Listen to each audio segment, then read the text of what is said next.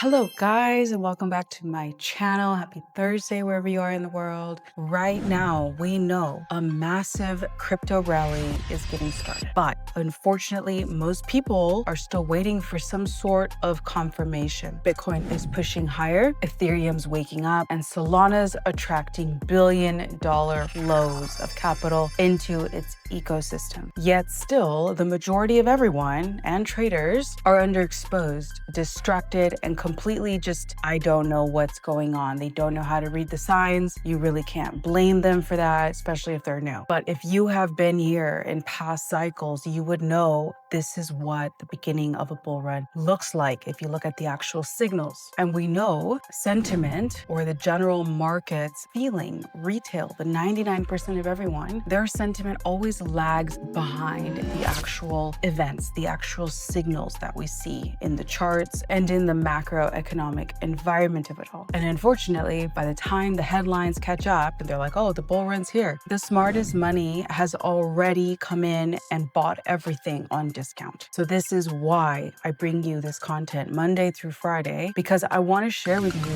what smart money knows so that you can also act upon the same information and make the same moves smart money is making. Old smart money. The rally is officially not coming, okay? It's here and it's moving faster than anyone expected. So in today's episode, I'm going to show you exactly why this breakout is real.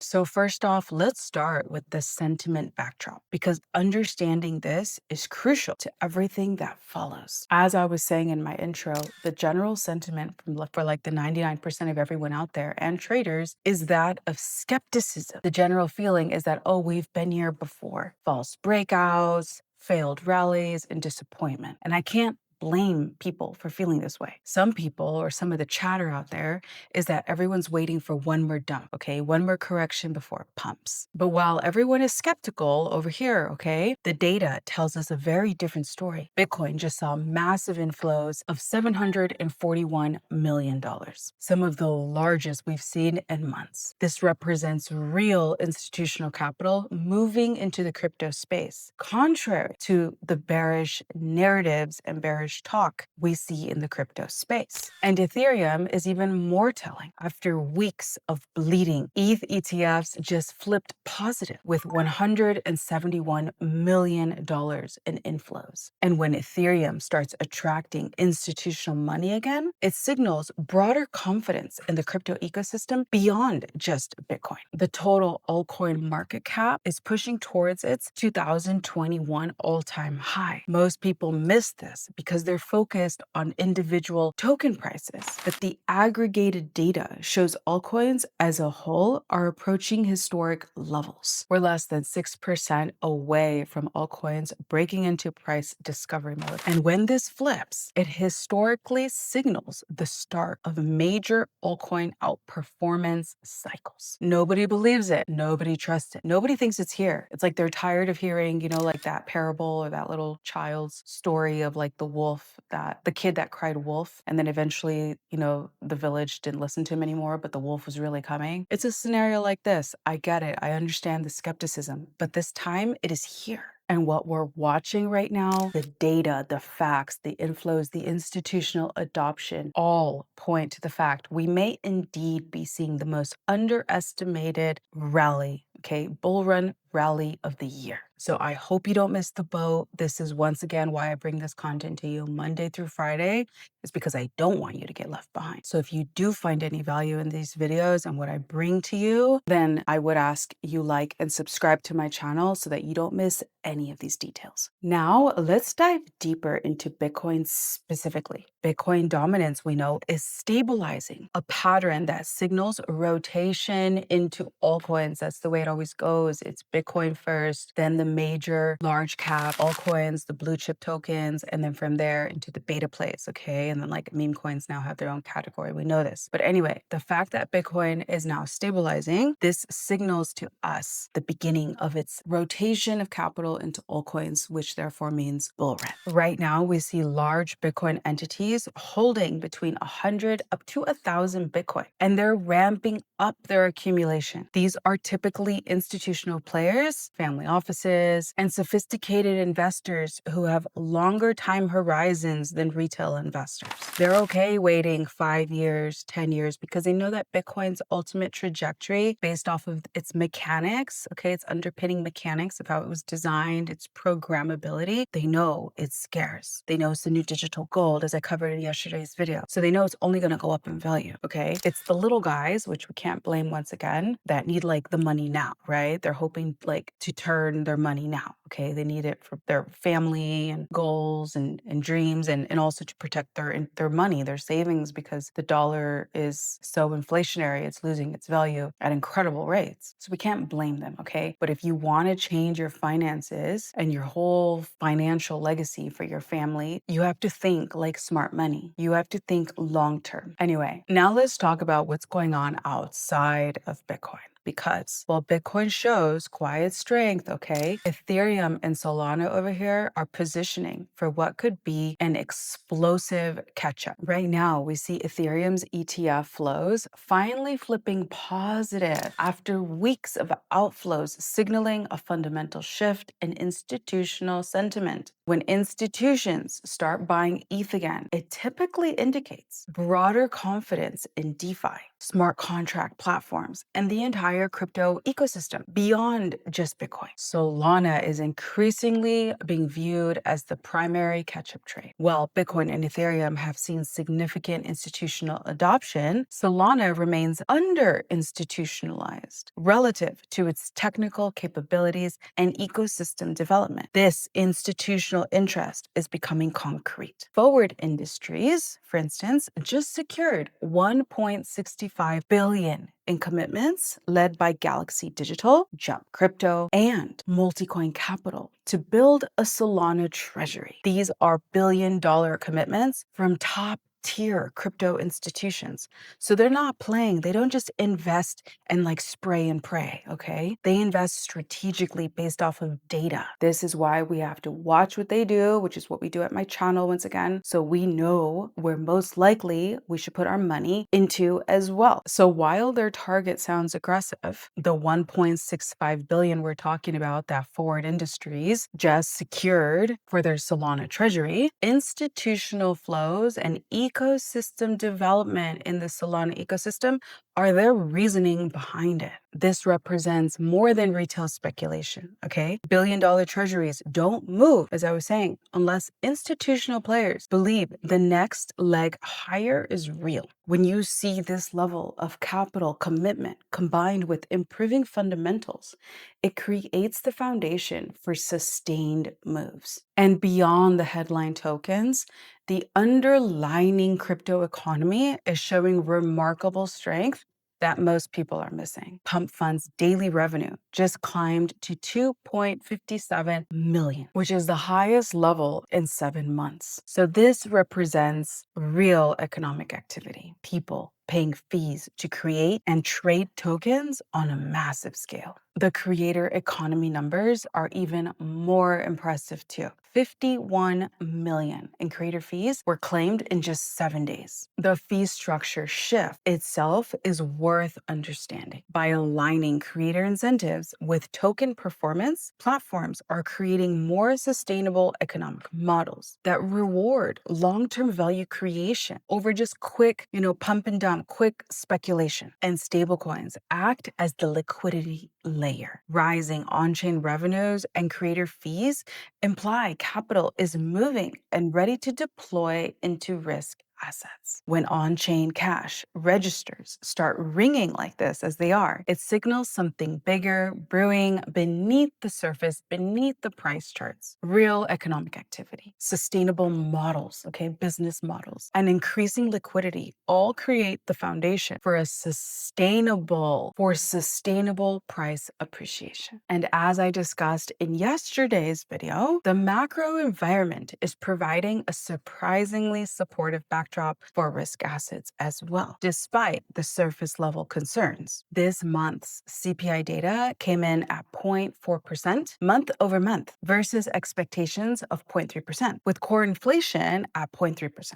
Annual figures showed 2.9% and 3.1% respectively, which are essentially very steady. Even though they were slightly higher than expected, these numbers don't represent runaway inflation. Traders right now and everyday investors are positioning around the Fed's upcoming moves, and markets still expect rate cuts this month, despite the slightly higher CPI data. So even though, okay, the macro picture and what you see in the news, okay, looks uneventful, this kind of CPI profile, so to speak, often allows liquidity to move back into risk assets. When inflation stays steady and the Fed maintains its dovish bias, it creates space for speculative capital to flow towards crypto. So that is what we're seeing now, guys. And we know for years, regulation was the excuse. Institutions sat on the sidelines, funds held back, startups had to go offshore. I know so many founders who just left the country. And not even because they wanted to, but because they had to. There was no regulatory clarity here. And every single crypto founder and projects, everyone was being prosecuted. Now, mind you, I understand a lot of projects, crypto projects deserved it. They were doing malicious business, but not all of them, okay? And there was just no clarity, and it was a very volatile, aggressive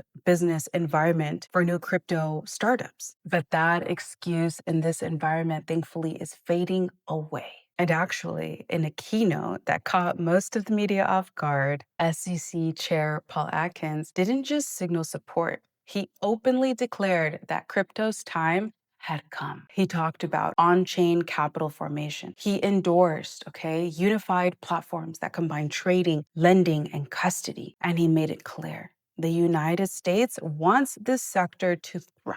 The US wants to remain a leader in business, in the global marketplace. And to do this, they finally understood, and I'm so happy for this, that they had to be open and embrace and be willing to understand crypto and crypto startups so that they could help create legal frameworks that people can operate within. It's like, how are you going to win a game or even follow the rules if there are no rules, right? It wouldn't be snake and ladders. It'd be all snake and slides sliding down. It wasn't a good environment. Anyway, this shift that we're seeing right now isn't just opening doors. It's moving walls. It's crumbling walls like the Berlin Wall. When regulators flip positive, okay, capital doesn't just trickle in, okay, it floods in. And with this barrier breaking, as I said, like the Berlin Wall, the last structural reason not to deploy into crypto by these huge institutions is disappearing. So I want you to invest in Bitcoin and other top altcoins, Ethereum, Solana, Sui, even though this is not financial advice, but it's my desire, we can put it that way, before they all come flooding in, because at that point, it's going to be too late. It's going to be too expensive. Anyway, right now, as you can see, hopefully you can see at this point in the video with everything that I've shared with you, or even throughout my past videos, that the signals, okay, that we've been tracking and that are real, they're not scattered. They're not random. They're converging. Okay. Bitcoin is stable. Ethereum is catching up. And Solana is being loaded by billion-dollar hands. On-chain activity is spiking too. Regulator walls are crumbling. And the macro market environment, it's clearing the runway. Everything that matters is shifting in the same direction right now. The only thing that isn't moving yet is the crowd, the 99%. Because we're just not taught finances at school. Think about it. Did anyone ever teach you how to invest? No. They didn't, did they? Thankfully, there's things like YouTube now where information is free so you can educate yourself. But this is why the 99%, which historically, statistically, we need in order to really kick off the bull run. Actually, the minute the US starts acquiring Bitcoin, like openly and aggressively as part of its like strategic fund, that will really be game on. Okay, so there's like two possible catalysts for kicking off the bull run, even though everything else is already set up and in motion. But this is such a beautiful and rare moment in time because right now the opportunity is still very available. Sentiment is still cold because people don't know. That's why I do ask you to share my video with friends and family members and anyone who wants to understand what's going on, whether they've been in crypto for some time or are new, because I do try my best to make my information very digestible and friendly to receive. Anyway, as I was saying, right now, capital is flowing and all the railways for this new world of the digital economy, Web3, you can call it, okay? They're all being built and laid out, and the breakout has already begun. This isn't just a bounce.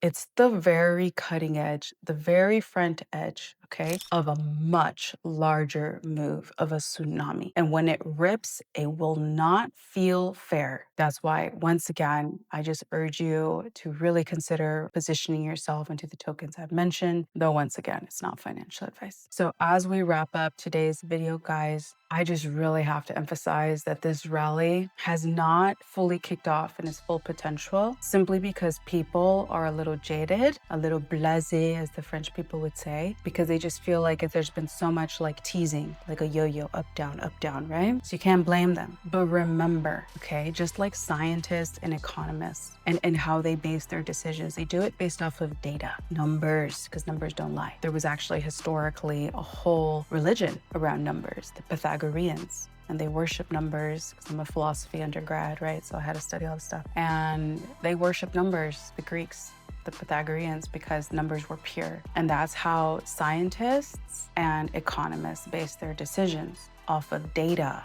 numbers, because they're pure. And right now, as I was saying, it's such a golden moment in time because the fundamental improvements are occurring alongside pessimism. So there's a gap, okay?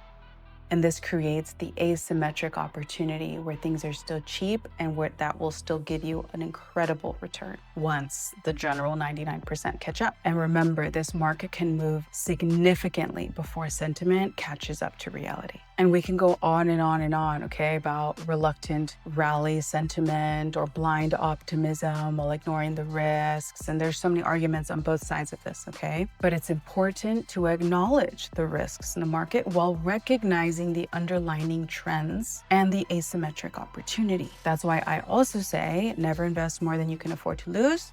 And don't invest what you need for bills or for food or just for life, okay? You invest what's extra. That way you don't have to freak out if the market goes up or down. So right now the question is whether you're gonna position yourself in line with the data or you're gonna wait for the sentiment to catch up. By the time you see everyone on crypto Twitter or X talking about the bull run and like this coin pump, like if you're waiting for that, then I don't know, like maybe just wait for that. Because my channel is to help prepare you based off of data right now, so you can catch the opportunity early. So anyway, guys, I hope you are invested. Let me know what you've invested in and what other tokens you have questions about or questions you have in general about how to handle this bull run. I'm happy to cover those topics. And I will be doing a video on universal basic income for all, because I did touch on this in yesterday's video. So that is coming soon. I did see your comment, whoever left that comment. And yeah, guys, I love you so much. And I'll catch you in my video tomorrow. Ciao.